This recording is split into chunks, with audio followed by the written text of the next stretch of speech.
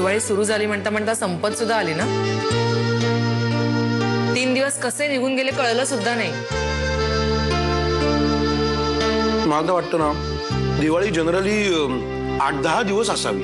बरं बरं, पुढच्या वर्षी पंचांग करताना सांगते हा, 8 दिवसाची दिवाळी ठेवा म्हणून। बोलते बा मला। मारुतरावांना हा बंगला विकण्यापेक्षा हा बंगला जर आपण त्यांच्याकडे तारण म्हणून ठेवला तर, म्हणजे बँकेकडून कर्ज घेताना कसं आपण कोलॅटरल म्हणून ठेवतो त्या प्रकारे जर आपण काही करू शकलो तर बघा साहेब, म्हणजे बंगला न विकताही त्यांच्याकडनं पैसे घेता येतील आणि ते नाराजही होणार नाहीत। बंगला विकण्याऐवजी मी तारण नक्कीच ठेवू शकतो आणि आपल्या हेरिटेज हॉटेलमधून इतकं उत्पन्न आपल्याला नक्कीच मिळेल की ज्या पैशामधून आपण मारुतरावांचे पैसे फेडू शकतो। मी काम करतो, मी मारुतरावांना ही कल्पना सांगतो, मला नाही वाटत ते नकार देतील। ठीक आहे साहेब। तुला राज्य करायचं नाही या घरावर, राज्य करायचं होतं ना या घरावर, मग कर राज्य। बाबा हे घर किल्लेदारांचे आणि या घरावर राज्य फक्त नरसिंह भाऊजींचं आणि जानकीचंच चालतं। संपलं त्यांचं राज्य, किल्लेदार घराणा खालसा झाला असं समज। बाबा तुम्ही काय बोलताय, मला काही कळत नाही। किल्लेदारांचा बंगला यापुढे लवकरच मारुतराव तिरपुडेच्या नावावर होणार आहे, आणि माझ्या नावावर म्हणजे तुझ्याच। तुझा नरसिंह भाऊजी आहे ना, तो फक्त नावाचा नरसिंह आहे, शेळी करून टाकली मी त्याची शेळी।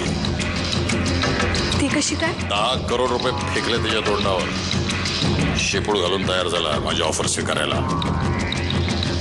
हा बंगला माझ्या नावावर करून द्यायला तयार झालाय तुझा नरसिंह भाऊजी उर्फ शेळी। आणि एकदा का माझ्या नावावर झाला की मग कायदेशीरपणे तो तुझ्या नावावर होणार, तू या घराची मालकीण, मग कर राज्य। तुला हवं ते करायचं यापुढे।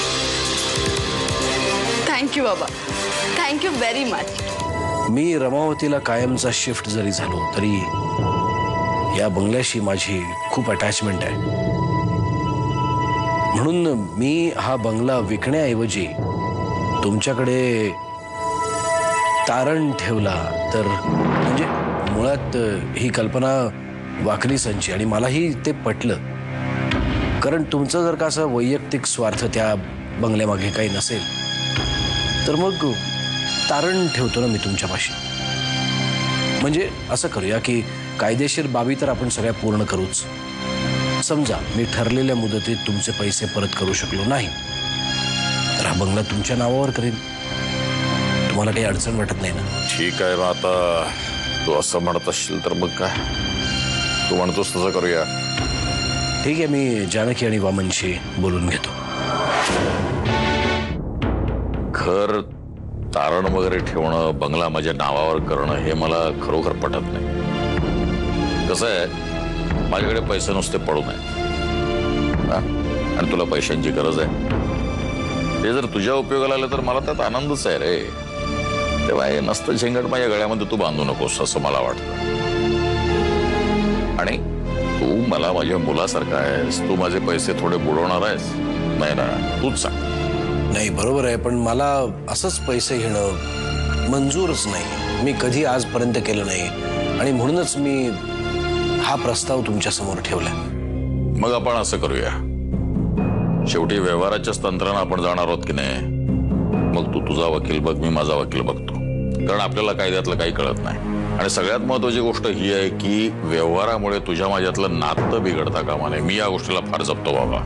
अगदी खरं आहे तुमचं, आणि माझ्या घरचाच वकील आहे, वामन आहे की। अरे हो, मग तू त्याला सांगून कागदपत्र तयार करून घे, मी माझ्या वकिलाला सांगतो, आणि वामनला सांग काय अटी घालायच्या कोणत्या घालायच्या।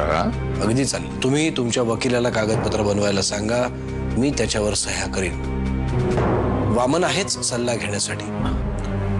ठीक आहे, मग आपण तसं करूया, काय बोलणार मी यावर। हे पुस्तक खूप इंटरेस्टिंग आहे, मी जरा इथे वाचत बसतो तुझ्या स्टडीमध्ये। हो हो खुशाल। आणि कोणाला आतमध्ये पाठवू नको, दरवाजा लावून घे।